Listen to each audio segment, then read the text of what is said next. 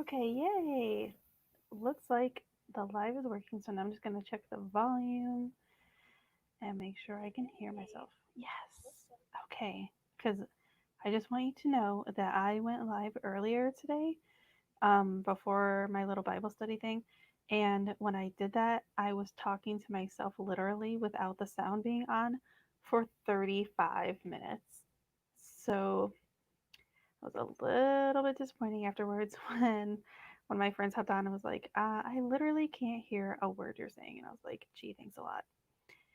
Thanks a lot for wasting my time. Self live now. I'm just going to post it on my Facebook page, which again is just Truth Salad TV. It's a page. Um, and if you were interested in my Bible studies, you can get it from there because it's linked. And today we're studying First John chapter 2. We didn't get through the whole thing, but anyway, live now. Interested.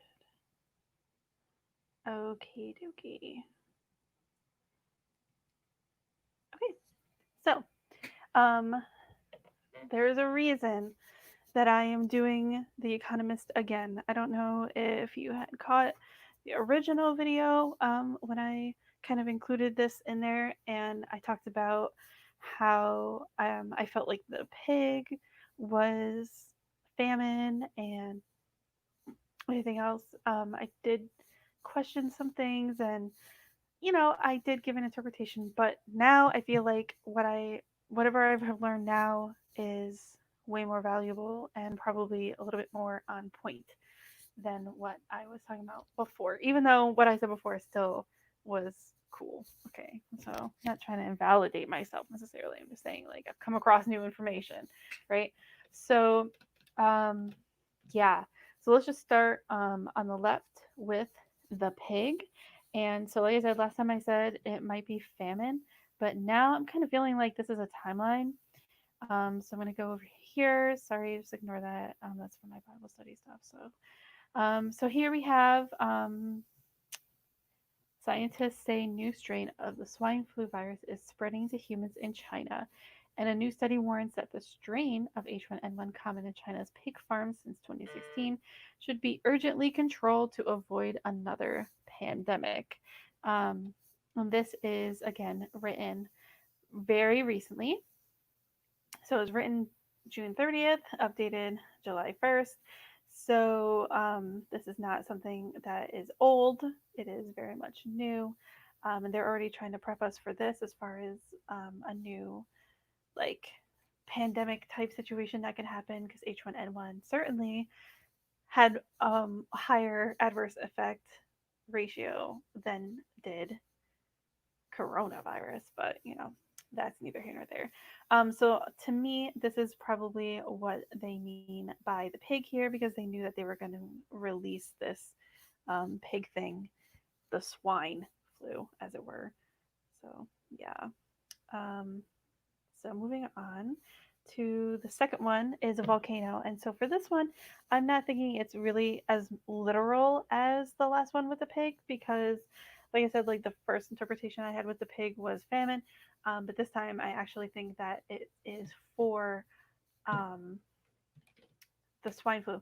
But for this volcano, like natural calamity, like some kind of horrible force that's going to hit us. So, like, of course, there's hurricanes, and not necessarily hurricane season yet, so they can't really hit us with that. Then we have earthquakes, which there have been some already, and there are some people that are really worried about some earthquakes that could actually cause like geysers and such like that to like really go crazy and really disrupt the world, which of course it would. And then we have like tornadoes, and we have the dust storms, and we have volcanoes. And so if you wanted to actually look at it like a literal interpretation and be like, okay, it must be a volcano, I did look it up here, and you can see a whole bunch of articles. Like I did look up volcano July 2020, and all of these are recent. So people are looking at volcanoes, and there is some activity going on, but it's not necessarily something that I think is probably going to happen. And the reason why I'm saying I don't think it's literal, probably going to happen with this, but I do think that it's actually going to be a tsunami. And why I think that is because, oh man, I have to go all the way back to the beginning. Sorry about that, guys. Like I said, I started this video and went on for 35 minutes and didn't even have my sound on. So, okay, it's frozen. Great, lovely. Can we do the thing? Can we do the thing, please? I think it's unresponsive. Oh no, here we go. We're at the beginning. Okay, so why I say tsunami is because they're trying to do like the predictive programming. So here we go. Are we on the verge of a democratic tsunami? July 8th. Tulsa leaders expect a tsunami of evictions this year. When is it? July 7th. What is a meta tsunami when severe weather causes large waves? When is this? July 8th. So why are they saying all this stuff over and over and over?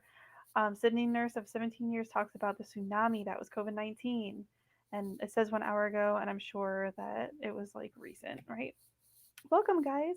And I'm sorry, yeah, my last time I didn't have the sound on, so it was messed up and I didn't save it. So apologies. But Mark, I actually mentioned you in this video, or I did last time, so I'll probably mention you again. So props to you for showing me some stuff here.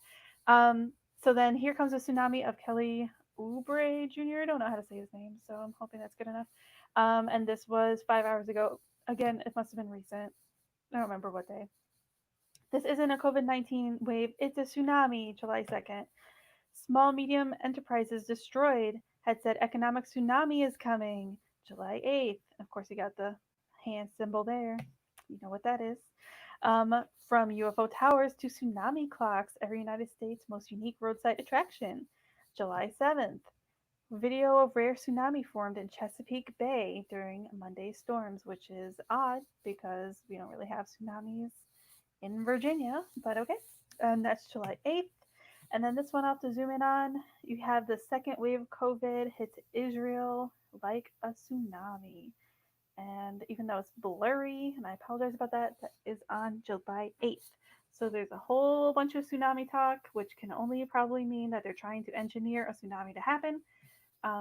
Just trying to prep us via the predictive programming words that they're using. So that's what I feel like is going to be in place of the volcano, not necessarily saying that a volcano won't happen and won't erupt, but for the natural calamity part, I'm not going to take it too literal because this next one, I'm also not taking too literal. Why? Because right now we don't have any stories leading us to believe that they're going to talk about penguins. However, this whole picture of penguin in the ice, like melting ice block in the sun in the water, could be something like flooding or something else. So let me go back here and I'll show. Oh, hold on. Bear with me. It's the first time doing it this way. So here we have heavy rains and human activity rising in the waters of Lake Victoria, and this is recent, so I'll show you that. You can see it's flooding, and that's July 7th. Then we have the Great Lakes rise, and blah, blah, blah, it's going to be like flooding, right? But look at Japan right now. Once you see this, you'll be like, yeah. So please ignore these disgusting ads. So Japan is reeling from devastating rains and flooding with more on the way. 58 people are dead. So yeah, like this is already going on right now. So they warned us about the swine flu, right? So let's just recap here. They warned us about the swine flu, which is the pig. They are warning us for the natural calamity, which probably is going to be a tsunami. They're already experiencing a flood, which is like the same thing as global warming. They always use that kind of excuse, that narration. And then this is where Mark comes in. He made a video, and I think I watched it yesterday. So I think you posted it yesterday, about the comet. So I'm going to bring that up. And I just thought the dates were really interesting on that. So I'm going to show two different websites because I don't know what website he used, but they were great. Um, oh, I didn't know that the Hawaii geothermal plant is on an active volcano and owned by the Russia. Oh, so maybe it will be an actual volcano. I don't know, guys. That's news to me. I'll have to look into that later. So for now, looking into the comet thing. So there's this comet they call Neowise, and it's made one of our lifetimes. Blah blah blah. Notice this is from NASA. But what I thought was interesting is that they're talking about it's just inside Mercury's orbit on July 3rd, and it says that we'll be able to see it in the outer parts of the solar system in mid August, which I thought was important right there, mid August. So I want you to remember that NASA is saying that. And then we go here to the National Geographics, and I'll go back up because I didn't reset these after going live earlier and fudging it. So, one of the brightest comets in decades is passing Earth, and here is how we'll see it. So, it talks about July 3rd. Again, this was published on the 9th, so it's more recent, and they already knew that July 3rd had passed, obviously. Um, so, yeah, it's talking about it's going to be bright enough to be seen with the unaided eye. And I believe Mark was saying something about it's like categorized as a one or something, which means it's like the brightest it could possibly be in the sky as far as like a comet is concerned. And then I highlighted this little part, which I hope is still highlighted. Nope, it didn't. Where did it go? Let me just see here. Okay, because this is what he brought up too. Is Neowise will make its closest approach on July 22nd when it comes within 64 million miles of our home planet. After that, it will gradually fade from view as it heads back to the outer reaches of the solar system. So, I mean, clearly, I'm not on board with the idea of the solar system. But NASA's trying to say it's mid August. They're saying it's going to be July 22nd. And yeah, I just think that's really interesting that it's really close to July 21st, which is also kind of important. But also, not only that, but they're talking about July 3rd. And if you guys were paying attention to like the iPad Goat timelines and all this stuff, July 3rd to July 5th were like important days. Like all of like those 3 days were important for stuff. So the fact that this happened on July 3rd to begin with is kind of a big deal, I think, in my opinion. So we did these ones. And we have the clock, of course, that's like a minute to midnight. So the whole reason that I even wanted to revisit this and change my mind from my previous video where I talked about some of these things is because here's a little story. I was talking to my mom about the Bible, and I was like telling her how I love my Bible because it's so pretty and it's like pretty white and it has like these little designs on the leather in the front. And so she was like that she likes her Bible too, and she has like gold inlaid, and I was like, oh, I have silver inlaid and like the sides are silver and my tabs are there. And so she wanted to see a picture. So I showed her the pictures and she was jealous because she doesn't have tabs in hers or whatever.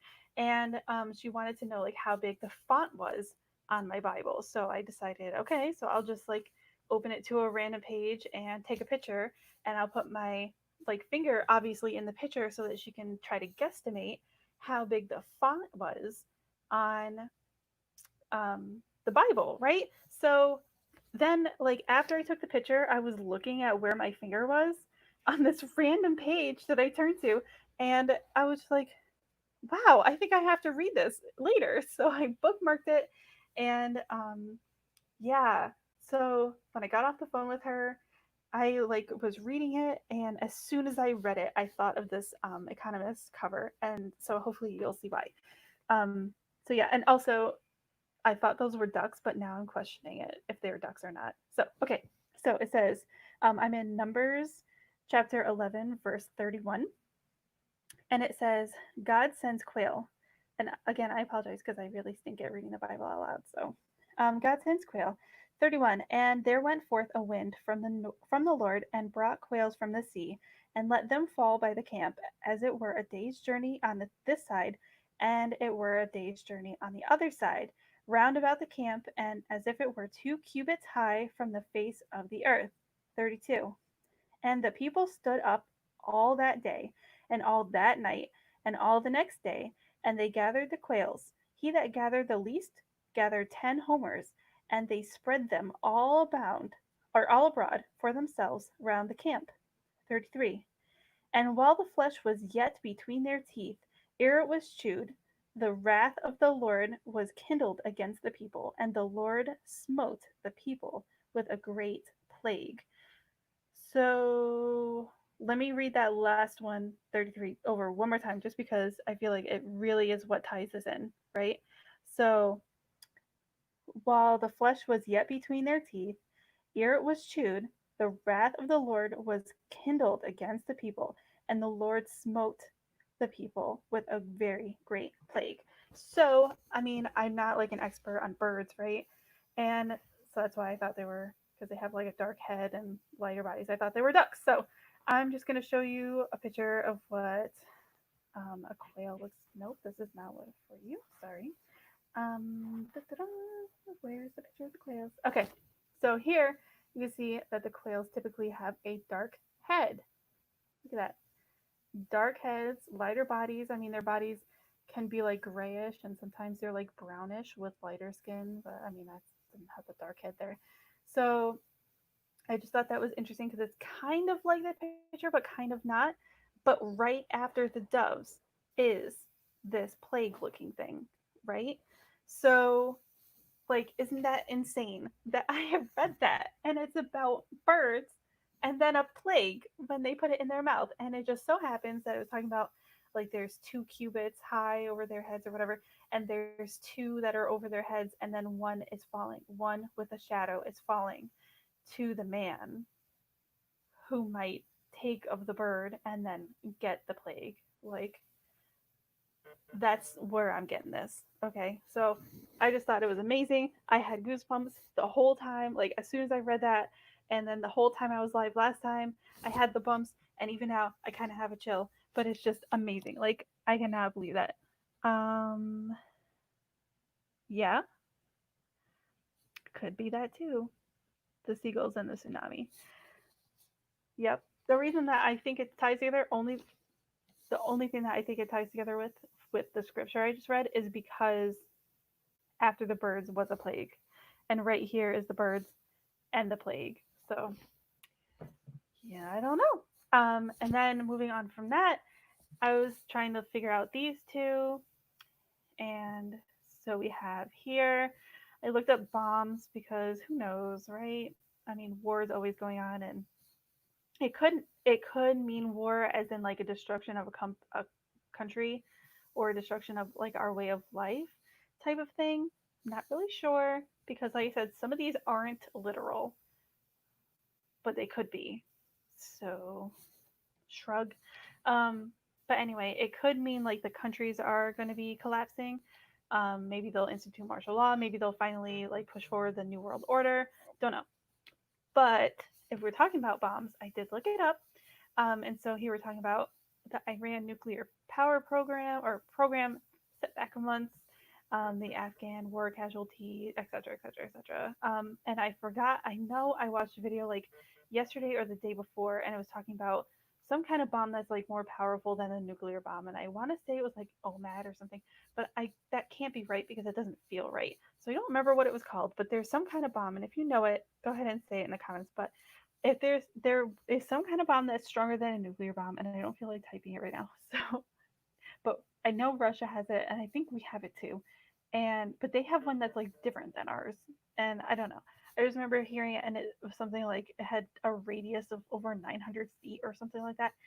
Like, and so yeah, so I was just like, that's interesting. But in some ways, like I don't think it's actually a bomb.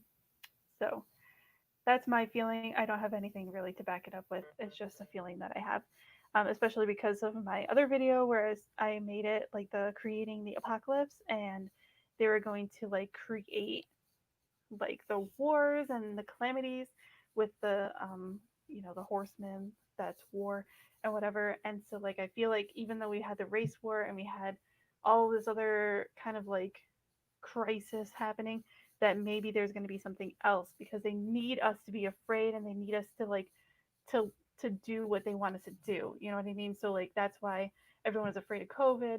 And then once that started to go away, they were like, okay, bring out the riots. And then once that started to die down, now all the numbers are spiking again. And they're just like, yeah, now you have to still be afraid. And everyone was cool to be like screaming at rallies and at protests, but don't sing in a church. Like it's stupid. So maybe, who knows? I don't know. And a whole bunch of people have told me that they think we need to have a World War III because Albert Pike had written about it. I believe that's who wrote about it. So who knows? I don't know. Anyway, so moving on to the last one. That obviously looks like a solar flare to me.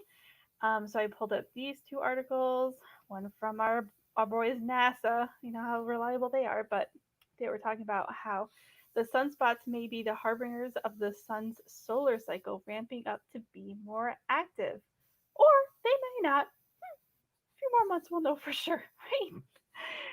So I thought that was interesting. And when I looked up the actual words for solar flares 2020, um, because it just, I figured almost all of these things are coming up like right now. Like I'm able to find all these things for July 2020, right? So I was looking at this thing, and I don't know if you guys remember this because I did mention it, I think, in one of my other videos, but this was like something that really bothered me, this solar minimum and how they kept saying like the sun went on lockdown and stuff. And so seeing it here as like, oh, the sun is asleep, the deep solar minimum, blah, blah, blah, blah, blah. And then look at this. This was May 29th, right when the protests started to really happen, right? The sun just woke up. So the sun went on lockdown with us. And when people started to leave their houses to go protest, now the sun's going to wake up, right?